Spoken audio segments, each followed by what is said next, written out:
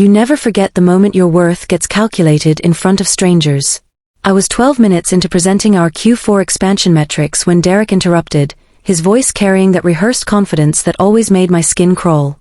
Actually, Sarah, he said, turning toward the camera like he was addressing a stadium, before we continue, I'd like to provide some organizational updates. I froze. There were 19 investor names glowing on the screen: Goldman Sachs, Vanguard, BlackRock. Serious money. People who could make or break our Series C round with a single phone call. Derek straightened his Hermes tie like he was accepting an award. To better align with TechFlow's evolving priorities, he announced, we're restructuring our leadership compensation. Effective immediately, Sarah's role will be adjusted to reflect her refined scope of responsibilities. The silence hit like a freight train. Adjusted. That corporate euphemism for slashed in half. 3 years of 16-hour days, of building our predictive analytics platform from scratch, of pulling us through the pandemic when half our clients disappeared, all reduced to one word: adjusted. I didn't flinch. Didn't defend myself.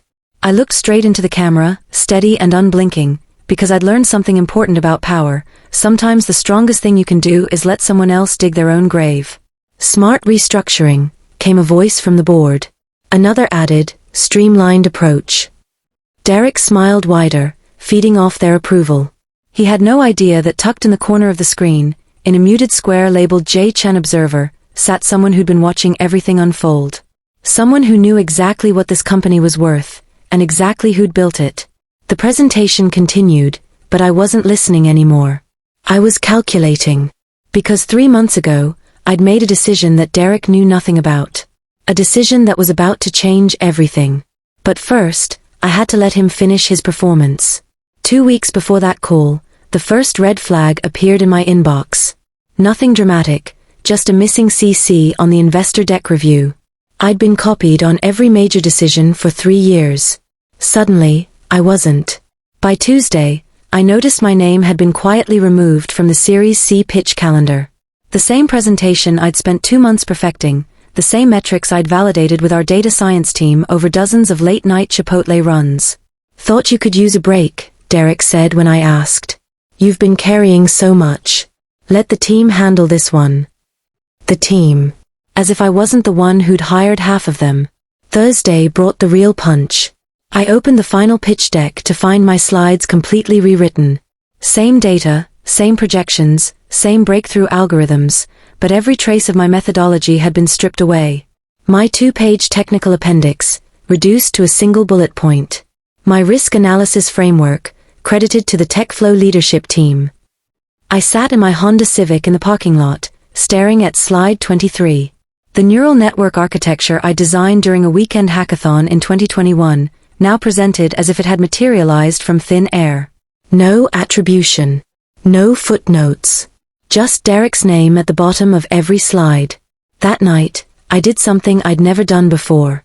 I called my sister Maya. They're erasing you, she said after I'd explained everything.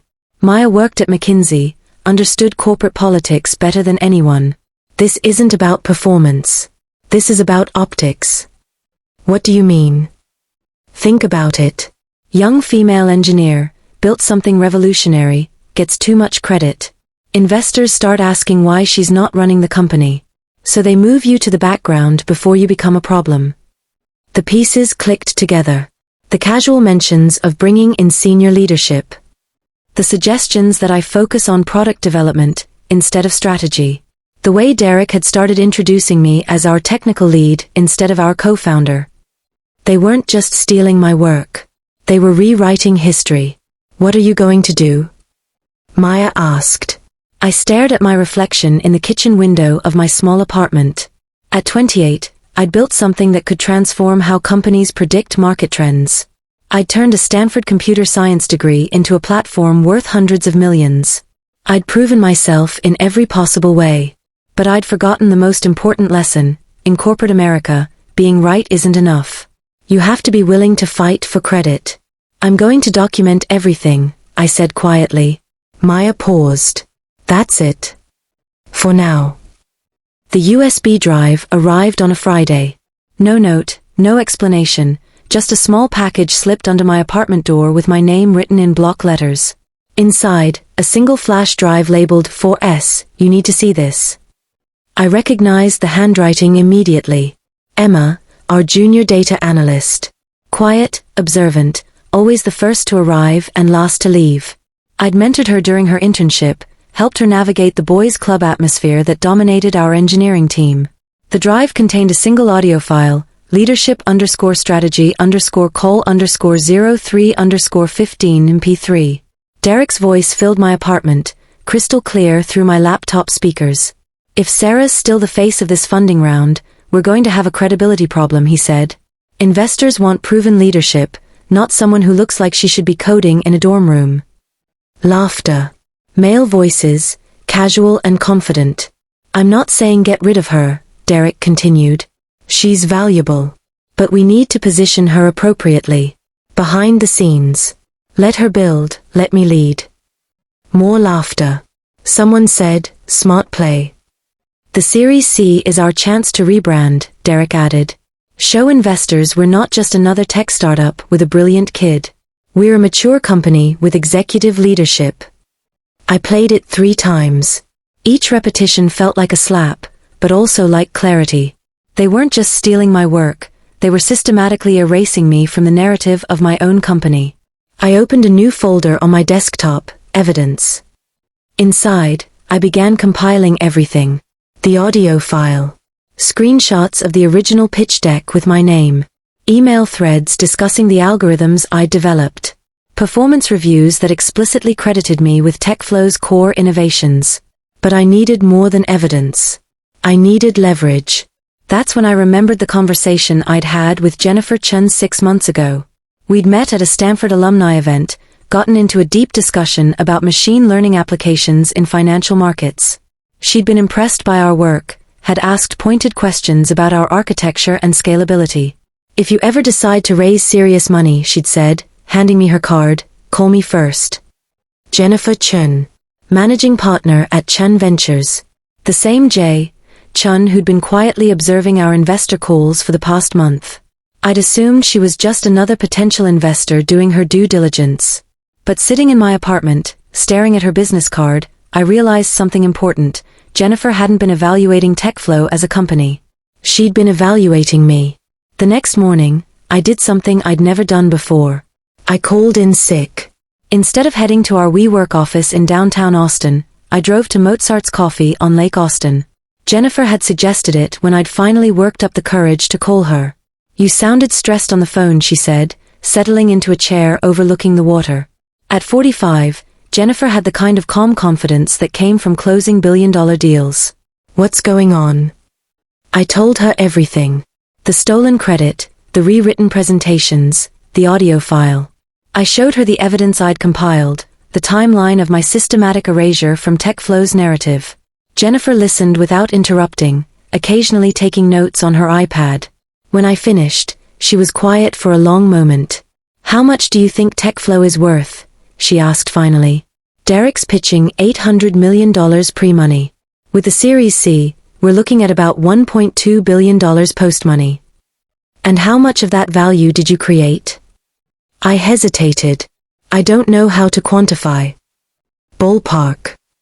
Maybe 60%? The core algorithms, the predictive models, the technical architecture, that's all mine." Jennifer nodded. "What if I told you that without your technology, TechFlow is worth maybe $100 million? Just another SaaS company with decent growth metrics." The number hit me like ice water. She was right. Strip away my innovations, and TechFlow was just another business intelligence platform in an oversaturated market. "Here's what's going to happen," Jennifer continued. "Derek's going to close his Series C. He's going to get his $400 million in funding. And you're going to watch from the sidelines while he takes credit for building something worth over $1 billion. Unless you're willing to do something about it." Jennifer slid a folder across the table. Inside, a term sheet. Chun Ventures was offering to fund a new company, my company, with me as CEO. $50 million Series A, $200 million valuation, full control of the technology I developed. "There's just one problem," I said. "I don't own the IP. TechFlow does." Jennifer smiled.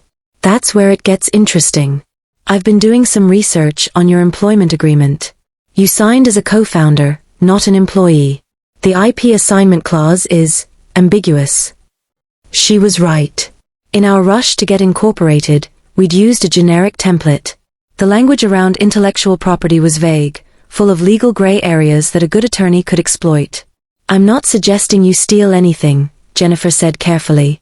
But if you were to develop similar technology independently, using only your own knowledge and experience, that's still risky. Everything worth doing is risky. The question is, do you want to spend the rest of your career watching someone else get credit for your work?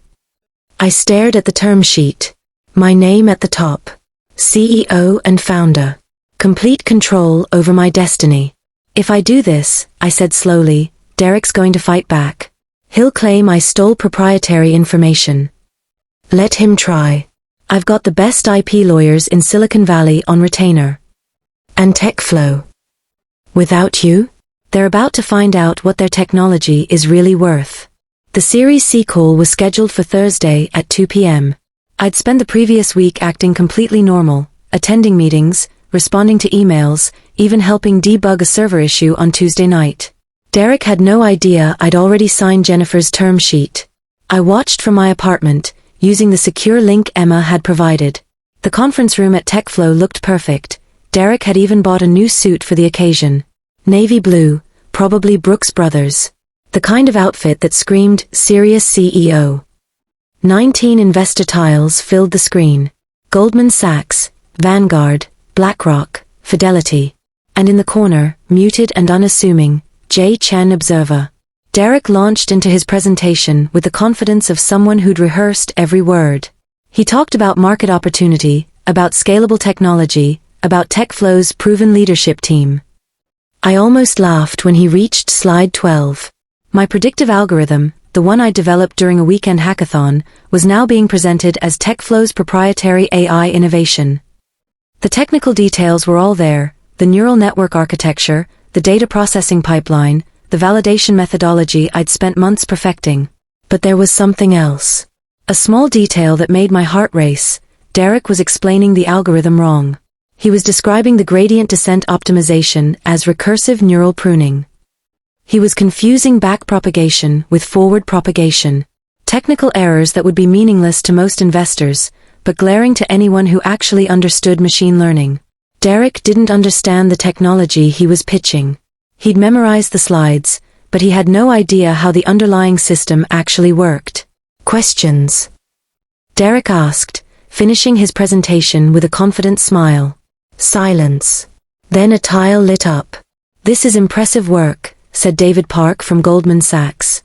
But I have a technical question about the neural network architecture. Can you walk us through how you handle overfitting in your training data? Derek's smile flickered. Overfitting, right. We use standard regularization techniques. Which ones specifically? L2 regularization, dropout layers, the usual approaches. I held my breath. Those weren't the techniques I'd used. I developed a custom regularization method that was far more sophisticated, and it was documented in the technical appendix Derek had removed from the presentation. Interesting, David said. And how do you handle the computational complexity as the dataset scales? Another pause. Derek was floundering, trying to remember technical details he'd never actually understood. That's when Jennifer unmuted. I have a question, she said, her voice cutting through the awkward silence. Derek, you mentioned that this technology was developed by your team. Can you tell us who specifically designed the core algorithms? Derek's face went pale. Well, it was a collaborative effort. I'm asking for specifics. Who wrote the code? Who designed the architecture? Who validated the models? Our technical team, led by our CTO. You don't have a CTO, Jennifer interrupted. According to your corporate filings, you have a co-founder named Sarah Martinez who's listed as Chief Technology Officer. Where is she today? The silence was deafening. Derek's mouth opened and closed like a fish out of water. She's focusing on product development. Behind the scenes. Behind the scenes, Jennifer repeated. The person who built the technology that your entire company depends on is behind the scenes. That's when it happened. The moment I'd been waiting for. Actually, Jennifer continued, I have some interesting news about that technology. Jennifer's screen filled with a document. A patent filing, dated 6 months ago. The title read, Advanced Predictive Analytics Using Novel Neural Network Architecture. Inventor, Sarah Martinez. This is fascinating, Jennifer said, her voice steady as steel. It appears that the core technology you've been presenting was actually patented by someone who's not even in this room. Derek's face went white. That's impossible. All IP belongs to TechFlow. Does it? Because I've reviewed your employment agreements. Ms. Martinez signed as a co-founder, not an employee. The IP assignment clause is ambiguous at best. Murmurs erupted from the investor tiles. I could see people frantically typing, probably pulling up the patent filing themselves. Furthermore, Jennifer continued, I've been in discussions with Ms. Martinez about licensing this technology. She's informed me that she's willing to continue TechFlow's license for a reasonable fee. License. Derek's voice cracked. She can't license her own technology. She works for us. Actually, she resigned yesterday. Effective immediately. The lie came out so smoothly that for a moment, I almost believed it myself. Jennifer and I had rehearsed this moment, but seeing it play out in real time was surreal. She can't just. Derek was spiraling, his confident CEO persona crumbling in real time. She can, and she has, Jennifer said. In fact, Chen Ventures has just closed a series of funding round for her new company. $50 million, $200 million valuation. We're very excited about the technology. The silence that followed was the sound of $1.5 billion evaporating. David Park from Goldman Sachs was the first to speak. Derek, I need to understand something. If your core technology is owned by someone who no longer works for your company, what exactly are we investing in? Derek tried to respond, but the words wouldn't come. He looked like a man who just realized he'd been selling someone else's car. I think we need to pause this process, said another voice. Pending clarification of the IP situation. One by one, the investor tiles began disappearing. Goldman Sachs, gone. Vanguard, gone. BlackRock, gone. In less than 5 minutes, Derek had gone from pitching a billion-dollar company to staring at an empty screen. Jennifer was the last to leave. Derek, if you'd like to discuss licensing terms for the technology, you can reach out to Ms. Martinez directly. I believe she's quite reasonable. The call ended. Derek sat alone in the conference room, staring at his laptop screen like it might offer some explanation for what had just happened. I closed my laptop and walked to the window of my apartment. The Austin skyline stretched out before me, the same view I'd looked at every morning for 3 years while building TechFlow's technology. But now, for the first time, I wasn't looking at it as an employee. I was looking at it as a CEO. My phone buzzed. A text from Jennifer, how does it feel to be worth $200 million? I typed back, it feels like justice. 6 months later, I stood in the conference room of Martinez Analytics, looking out at the Austin skyline from the 20th floor of the Frost Tower. The same view, but everything had changed. The Goldman Sachs team is impressed, Jennifer said, reviewing the Series B term sheet. They're offering $150 million at a $800 million valuation. I nodded, still processing the numbers. A year ago, I'd been fighting for basic recognition at TechFlow. Now I was turning down meetings with Fortune 500 companies because my calendar was full. What about TechFlow? I asked, though I already knew the answer.